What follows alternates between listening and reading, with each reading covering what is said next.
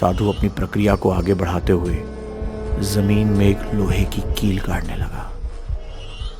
उसने उसमें एक सफेद धागा बांध रखा था। साधु ने इस धागे का अंतिम डोर रूहान को पकड़ने को कहा। साधु की यह प्रक्रिया देख रूहान को अब हद से ज्यादा डर लगने लगा था।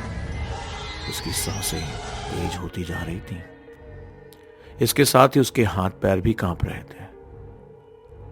फिर भी उसने उस धागे को पकड़ लिया। साधु ने कुछ बताशों को 4 जगह पर रख दिया। सारे बताशे उस धागे के पास ही एक लाइन में रखे हुए थे। Welcome to Prime Stories TV. Dare to watch our horror tales? The stories begin. ज्यादा काम होने की वजह से आज रूहान को घर वापस आने में देर हो गई। आज वो अपनी बाइक से घर जा रहा था। कुछ दूर चलने के बाद उसकी बाइक खराब हो गई। सुनसान सड़क और कहीं से मदद न मिलने के कारण वो अपनी बाइक को पैदल ही लेकर चल दिया। कुछ दूर चलने के बाद उसे एक बस स्टॉप दिखा। मदद की आस में वो कुछ देर वहां रुक गया और इंतजार करने लगा कि तभी कुछ देर बाद उसके पास एक साधु आकर बैठ गया। साधु बीड़ी सुलगा रहा था। वो अजीब तरीके से उसे पी रहा था। रूहान एक खुश मिजाज लड़का था। वो हर किसी से बात कर लेता था। बहुत देर बाद बैठे बैठे उसने साधु से बात करना शुरू कर दिया। बात ही बात में साधु ने रूहान से कहा, क्या तुम भूत प्रेत में विश्वास करते हो? रूहान बोला, मैं किसी भी भूत प्रेत में विश्वास नहीं रखता। सब झूठी बातें हैं। ये सब केवल मन का भ्रम है। मानो तो है, वरना है बेफजूल। साधु बोला, तुम भले ही भूत प्रेत को मानो या ना मानो, लेकिन तुम ये मत कहो कि भूत प्रेत नहीं होते। भूत सच में होते हैं। इनको ना मानने की भूल बिल्कुल मत करना, वरना। इतना कह साधु चुप हो गया। यह सुन रूहान की थोड़ी हंसी छूट गई। अगर भूत होते हैं तो हमें दिखते क्यों नहीं? क्या आप मुझे अभी कोई भूत दिखा सकते हैं? तभी मैं मानूंगा कि सच में भूत होते हैं।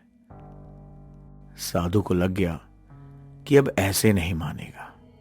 इसे तो अब जरूर भूत दिखाना पड़ेगा। तभी साधु ने रूहान को शमशान घाट की ओर चलने को कहा। फिर क्या था, दोनों चल दिए शमशान घाट की ओर। जैसे जैसे रास्ता बीत रहा था, रूहान को थोड़ा थोड़ा डर महसूस होने लगा। मगर भूत देखने की आड़ में वो अपने डर को कम करके आगे बढ़ता जा रहा था। कुछ देर के बाद साधु और रूहान शमशान घाट पहुंच गए। शमशान घाट में भी कुछ लाशें जल रही थीं।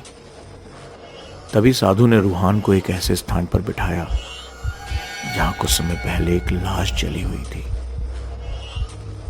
साधु अपनी प्रक्रिया को आगे बढ़ाते हुए जमीन में एक लोहे की कील काटने लगा। उसने उसमें एक सफेद धागा बांध रखा था। साधु ने इस धागे का अंतिम डोर रूहान को पकड़ने को कहा। साधु की यह प्रक्रिया देख रूहान को अब हद से ज्यादा डर लगने लगा था। उसकी सांसें तेज होती जा रही थीं।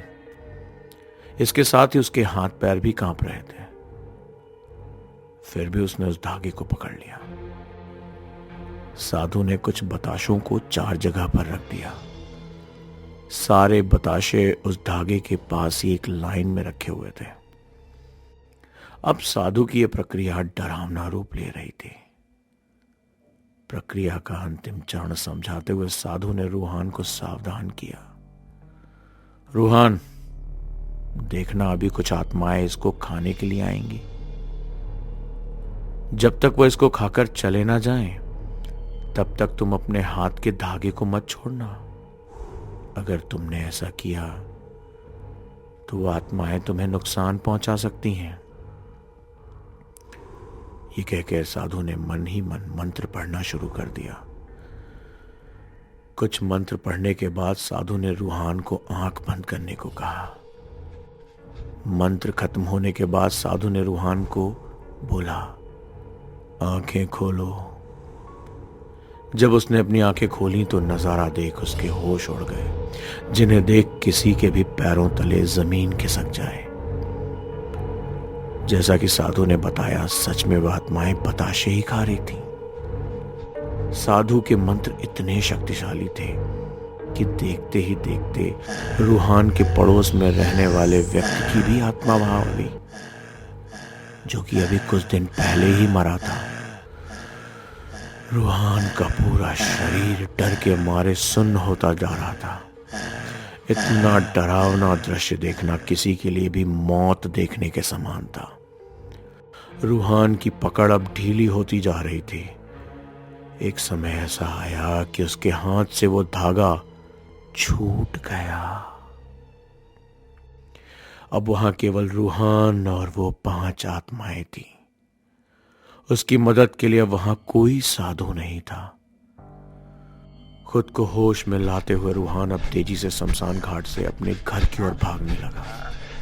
बेतहाशा जब वो अपने घर की ओर जा रहा था, उसने महसूस किया कोई उसे पीछे से उसका नाम लेकर बुला रहा है। दौड़ते दौड़ते अब रूहान को पीछे से कई तरह की आवाजें सुनाई देने लगी, मगर उसने पीछे मुड़कर नहीं देखा। अपने घर जाने के बाद रूहान ने यह सब कुछ अपने माता पिता को बताया। यह घटना झेलना हर किसी के लिए उतना ही डरावना है जितना कि रूहान के लिए। ये सब बता के रूहान अपने कमरे में सोने चला गया। लेकिन अगले दिन उसकी आंख उसी शमशान घाट में खुली, उसी स्थान पर जहां उसने उन आत्माओं को देखा था। देखते ही देखते सब हर दिन उसके साथ यही होने लगा।